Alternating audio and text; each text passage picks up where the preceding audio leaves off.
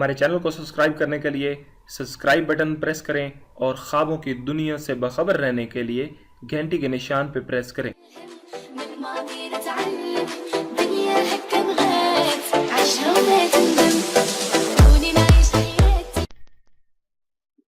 بسم اللہ الرحمن الرحیم۔ ڈیئر ویورز، السلام علیکم۔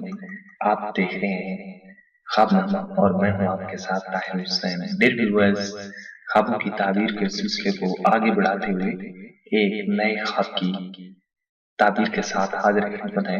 ڈیئر ویورز، ہمارے چینل کو سبسکرائب کرنے کے لیے سبسکرائب کے ریڈ بٹن پر کلک کیجیے گا اور ساتھ ہی بیل آئیکن پہ پریس کیجیے گا تاکہ ہمارے چینل کی آنے والی نئی ویڈیوز کا نوٹیفیکیشن آپ کو بر وقت مل سکے۔ ڈیئر ویورز، چلتے ہیں اب آج کی ویڈیو کی طرف۔ ڈیئر ویورز، آج ہم خواب میں مہمان دیکھنے کی تعبیر بیان کریں گے۔ Guest in dream, let's see. حضرت ابن سیرین رحمۃ اللہ علیہ نے فرمایا ہے کہ خواب میں مہمانی کسی چیز کا جمع کرنا ہے، یعنی کہ مہمان نوازی کرنا کسی چیز کا جمع کرنا ہے۔ اگر دیکھیں کہ اس نے کسی قسم کو مہمانی کے لیے بلایا ہے، یعنی کہ مہمان کے طور پہ بلایا ہے، دلیل ہے کہ ایسا کام کرے گا جو اس کو تمام شغلوں سے روکے گا، یعنی کہ کاموں سے روکے گا۔ اور اگر دیکھیں کہ لوگ اس کو باغ میں مہمانی کے لیے لے کر گئے ہیں اور وہ باغ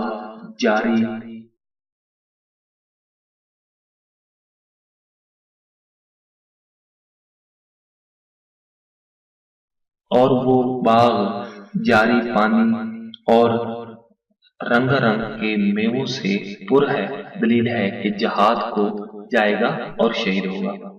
فرمان حق تعالی ہے۔ ترجمہ: اس میں بہت سے میوے اور شربت ہے۔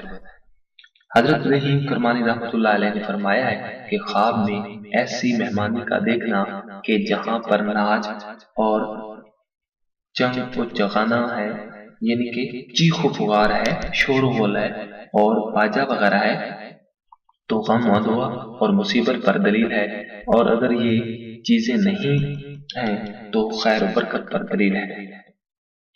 حضرت جابر مغربی رحمۃ اللہ علیہ نے فرمایا خواب میں مہمانی غائب کے واپس آنے پر دلیل ہے۔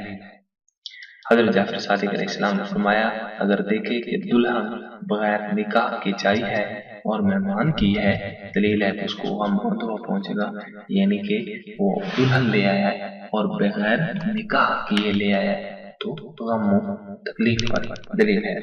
ڈیئر ویورز، یہ تھا ہمارا آج کا خواب نامہ۔ آپ کو ہماری ویڈیوز کیسی لگی آپ ہمیں کمنٹ کیجیے گا، لائک کیجیے گا اور ہماری ویڈیوز کو شیئر کیجیے گا۔ اپنا بہت سارا خیال رکھیے گا۔ ایک نئی ویڈیو کے ساتھ ملتے ہیں، جب تک کہ اللہ حافظ۔